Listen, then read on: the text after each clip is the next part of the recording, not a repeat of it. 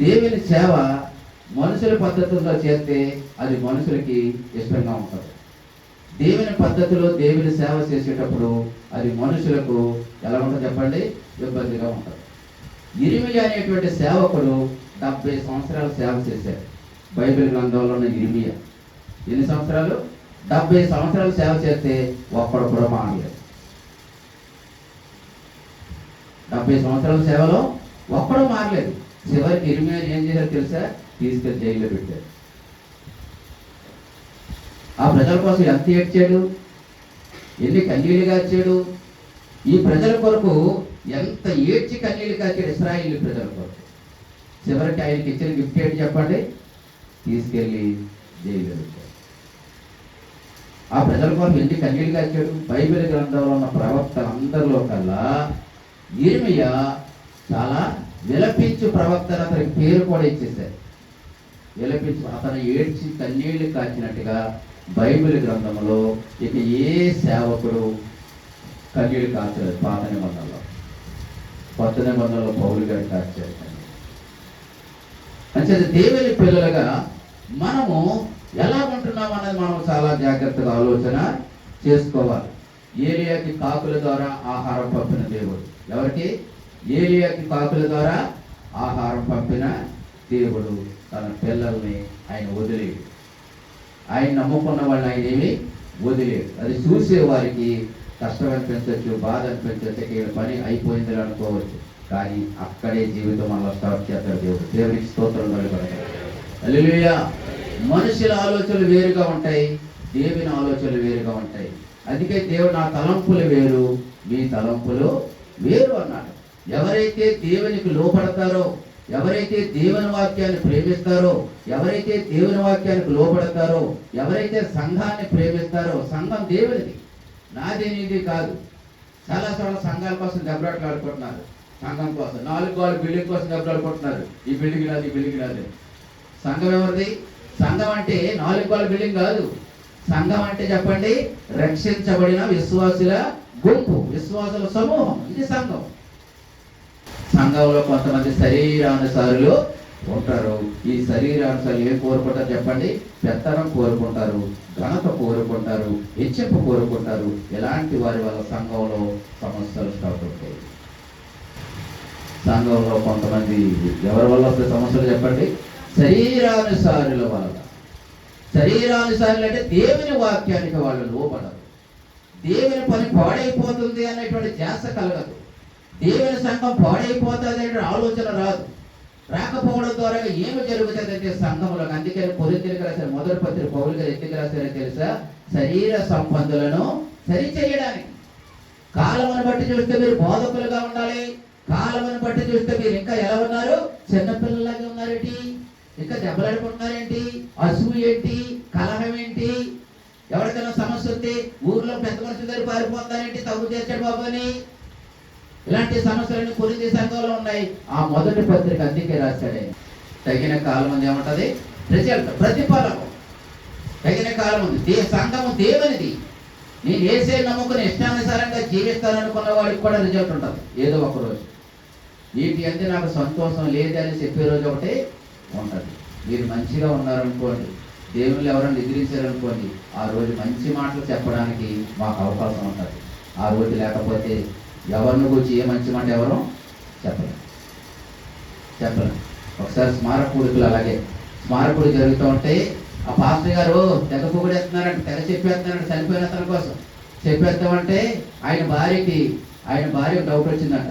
ఒరే పిల్లలు పిలిచి, ఒరే ఆ చెప్పింది మీ నాన్న కోసం ఇంకొకరి కోసం కనుక్కుని రానన్నాడు. నాకు తెలియకుండా మీ నాన్న ఎంత మంచి జీవితం ఎప్పుడు జీవించాడు రా? ఆడు మొహం తగలట.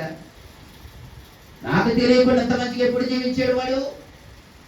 నాకు తెలియకుండా, నాకు తెలిసి చాలా దుర్మార్గం కదా ఈ రోజు ఎలాంటి మాటలు చెప్తున్నారండి. ఒకసారి నాకు ఎదురైంది ఒక పరిస్థితి. నన్ను స్మారకోట పిలిచారు, గోవాలంట. స్మారకోటకి వెళ్ళిన తర్వాత చనిపోయిన వాడి కోసం ఏదేదో చెప్పేస్తున్నాను. ఎదురుకుంటా కూర్చున్నాను డౌట్లేదు. అంటే నేను చెప్పే మాటలకి ఆమె జీవితానికి ఏమి లేదు, సంబంధం లేదు. అందుకని దేవుని సంఘంలో చిన్నపిల్లలు మొదలుకొని పెద్దవారి వరకు కూడా మనం చేసే పనులే మనతో వచ్చేస్తాయి. మనం చేసే పనులు మనతో వస్తాయి.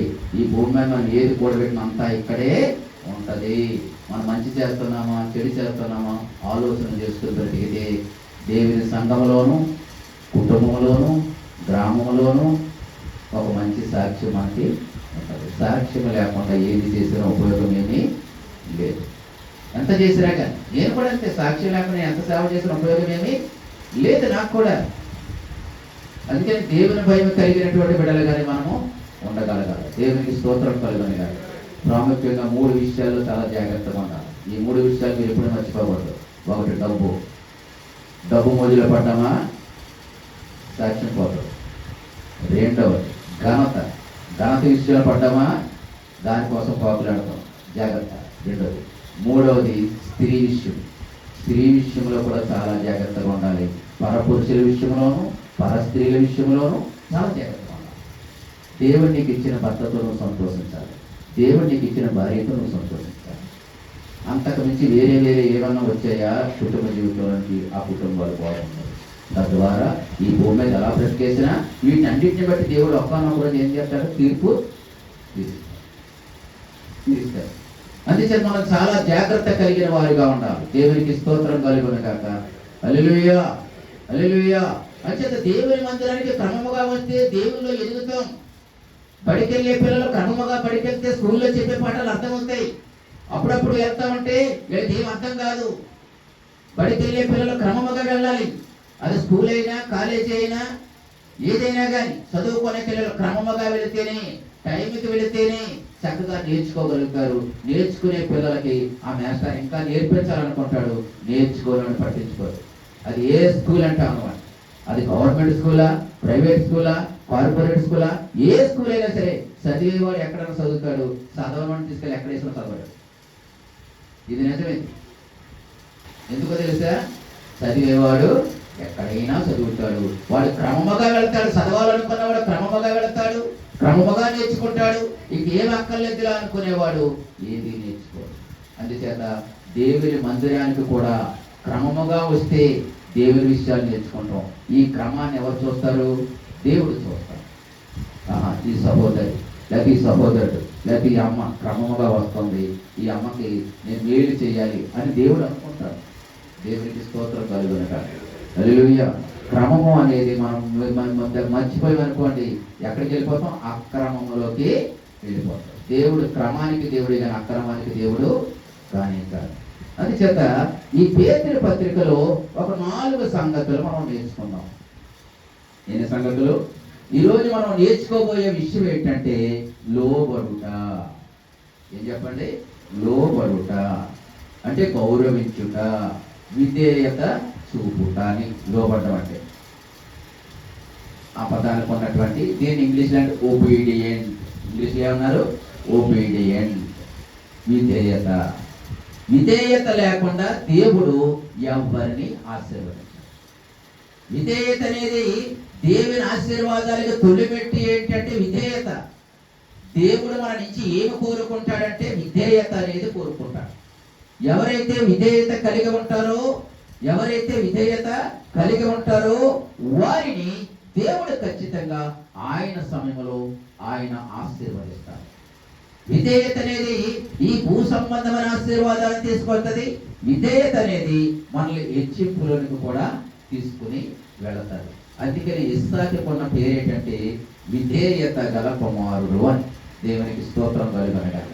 తండ్రి కాళ్ళు చేతులు కట్టేసేసి కట్టిలో పడుకోమంటే పడుకున్న తర్వాత కాళ్ళు చేతులు కట్టేస్తే ఎందుకు కడుతున్నామని కూడా ఎదురు ప్రశ్న వేయలేదు. అంత విధేయత చూపించాడు ఇస్సాకు. అందుకని ఇస్సాకు మీద ఒక చిన్న పొరపాటు కూడా లేదు. దేవుని పిల్లలుగా మనం చాలా జాగ్రత్తగా ఉండాలి. మనం మాట్లాడే మాటను బట్టి కూడా దేవునికి ఏం కలగాలి? మహిమ కలగాలి.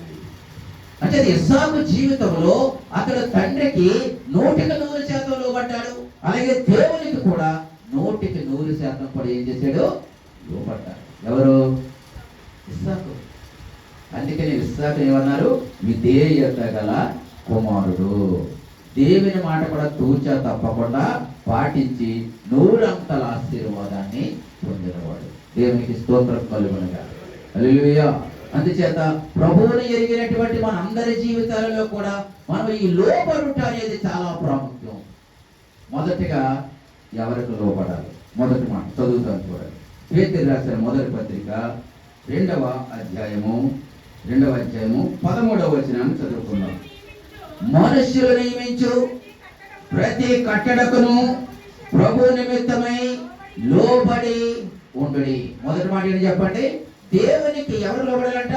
మనుష్యులు నియమించు ప్రతి కట్టడకును లోబడాలి. అంటే ఎవరికి? మొదటిగా అధికారులకు లోబడాలి. మనుషులు నియమించే కట్టడం అంటే దాన్ని అమలు చేసేది ఎవరు? అధికారులు. అధికారులే కదా. ఒక చట్టం చేస్తారు పార్లమెంట్లో కానీ, శాసనసభలో కానీ, శాసన మండలిలో కానీ, రాజ్యసభలో కానీ. అందుచేత చట్టాలు చేయబడతాయి. ఈ చట్టాలను అమలు చేసేది ఎవరు? చట్టాలను అమలు చేసేది ఎవరు? అధికారులు. అధికారులు అమలు చేయాలి. ఇక్కడ అంటున్నాడు, మీరు అధికారులకు లోబడి ఉండండి. ఎవరికి లోబడాలి? మనము అధికారులకు లోబడి ఉండాలి. కరెంట్ అయిన పట్టుకొని బిల్లు ఇచ్చాడు అనుకో, నేను కట్టపా అన్నాం అనుకోండి, సాయంకాలం ఫీజు బిల్కేస్తాడు, లేకపోతే తమ మీద వెళ్ళి కట్ చేస్తాడు. అదో చట్టం అది. నేను ఇంటి వరకు కట్టాలి, ఇంటి వరకు కట్టాలి అన్నాం అనుకోండి, ఏం చేస్తాడు? కుళాయి ఆపేస్తాడు. కుళాయి ఆపేస్తాడు. ఆ చట్టాలను మనం ఏం చేయమన్నాడు? ఇక్కడ ఏం చెప్తున్నాడు? మీరు దేవుణ్ణి నమ్ముకున్నారు సహోదరులారా, మీరు కష్టాలు వచ్చాయి, శ్రమలు వచ్చాయి. యెరూషలేము పట్టణంలో సెలరేగిన హింసను బట్టి మీరు ఆయా దేశాలు చెదిరిపోయారు, పారిపోయారు. కాబట్టి ఇప్పుడు మీరు ఏం చేయాలి అంటే, అక్కడ ఉన్న చట్టాలను మీరు ఏం చేయాలి? గౌరవించండి. అక్కడ ఉన్నటువంటి అధికారులు చెప్పిన చట్టానికి మీరు లోబడి ఉండండి. అందుచేత ప్రభువుని ఎరిగినటువంటి మనం అందరము కూడా ఈ లోకంలో మనం ఏం చేయాలి చెప్పండి? చట్టాలను ఏం చేయాలి? స్వతంత్రం వచ్చింది కదా, ఇష్టానుసారంగా ఉండడానికి ఉండదు. ఉంటుందా? నేను రోడ్డు మీద బండి అటు ఇటు తిప్పుతానంటే కుదురుతుందా? కుదరదు. నేను అటు ఇటు వంకటంగా నడుపుతాంటే కుదురుతుందా? కుదరదు. నువ్వు ఎప్పుడైనా ఎడం పక్కనే వెళ్ళాలి. నీ ఎడం పక్కనే నడుచుకుంటే వెళ్ళినా, బండి డ్రైవ్ చేసుకుంటే వెళ్ళి ఏ పక్కన వెళ్ళాలి? ఇటు నుంచి వెళ్ళి ఎడం పక్క అయితే అటు నుంచి వెళ్ళి అది ఈసయ్య అటు పక్క అవుతుంది. అది ఒక క్రమం. అది ట్రాఫిక్ సిగ్నల్స్ ఉంటాయి, అన్ని బళ్ళు ఉంటాయి. నేను డొర్రని వెళ్ళిపోతానంటే కుదరదు. అక్కడ డొర్రని వెళ్ళిపోతానంటే అది ఏం చేస్తాడు? ఇప్పుడు ఏమంటలేదు, పోలీసులు కూడా ట్రాఫిక్ వాళ్ళు కూడా ఏమంటలేదు, దగ్గరికి వచ్చి ఒక ఫోటో తీసేస్తారు.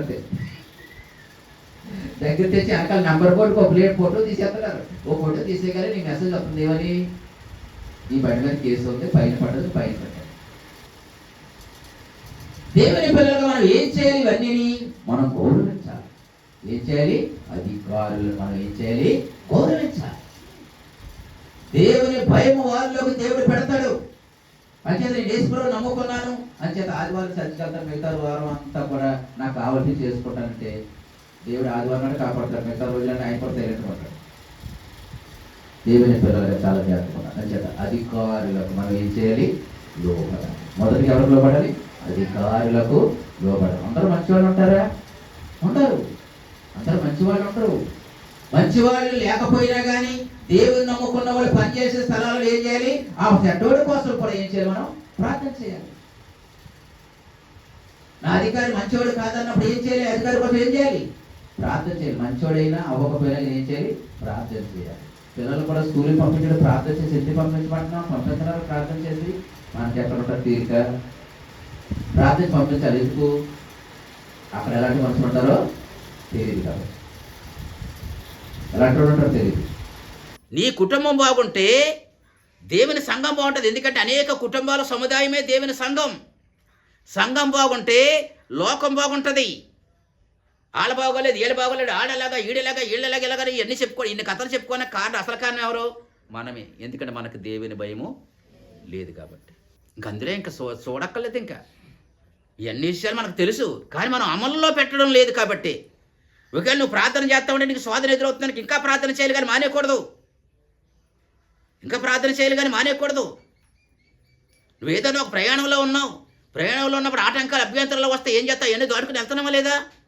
అలాగే భక్తి జీవితంలో శోధన ఎదురైనా, కష్టం ఎదురైనా వాటిని దాటుకుని మనం ముందుకు వెళ్ళిపోయేవారుగా మనము ఉండాలి. అది దేవుని సహాయంతో, ఆత్మశక్తితో మాత్రమే. దేవునికి స్తోత్రం కలుగునుగా. హల్లెలూయా. అందుచేత మొదటగా ఎవరికి లోపడాలి? ఎవరికి? అధికారులకు లోపడాలి. ఎందుకంటే అధికారం ఎవడిస్తాడు? దేవుడిస్తాడు. రోమపత్రిక 13వ అధ్యాయం మొదటి వచనం చదవండి. రోమపత్రిక 13వ అధ్యాయం మొదటి వచనం. ప్రతివాడును పై అధికారులకు లోబడి ఉండవలెను, ఏలయనగా దేవుని వలన కలిగినది తప్ప మరి ఏ అధికారమును లేదు. అంచేది అధికారం ఇచ్చేది ఎవరు చెప్పండి? అధికారం ఇచ్చేది ఎవరు? దేవుడు. అంచేది అధికారులు మనం ఏం చేయాలి? గౌరవించాలి. లోబడి ఉండడం అంటే వచ్చిరండి బాబీ గారు బాబీ గారు బాబీ గారు బాబు ఒక్కొక్క దండలు అంటాం కదా బాబీ గారు బాబీ గారు అని. పూర్వం మన పెద్దలు అలా చేసేవారు. బాబీ గారు బాబీ గారు బాబీ గారు వచ్చారు, అయ్యగారు వచ్చారు అనేవారు. ఒంగొంగి దండలు కాదు, ఒంగొంగి దండ పెట్టినాడు చాలా ప్రమాదం. ఒంగొంగి దండ పెట్టినాడు చాలా ప్రమాదం. అతి వినయం దూర్త లక్షణం అన్నారు.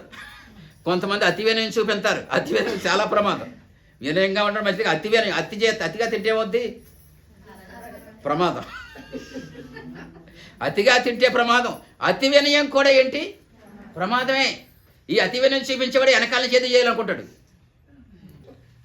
దేవుని పిల్లలుగా మనం చెప్పండి, అధికారము దేవుడిచ్చేది కాబట్టి అధికారులను మనం ఏం చేయాలి? గౌరవించాలి.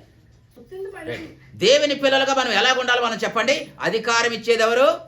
దేవుడే. అంచేత అధికారులు మనం ఏం చేయాలి? గౌరవించాలి. అంచేత అధికారులకు ఏం చేయమనుంది? లోబడండి అని దేవుడు చెప్తున్నాడు. దేవునికి స్తోత్రం కలుగును గాక.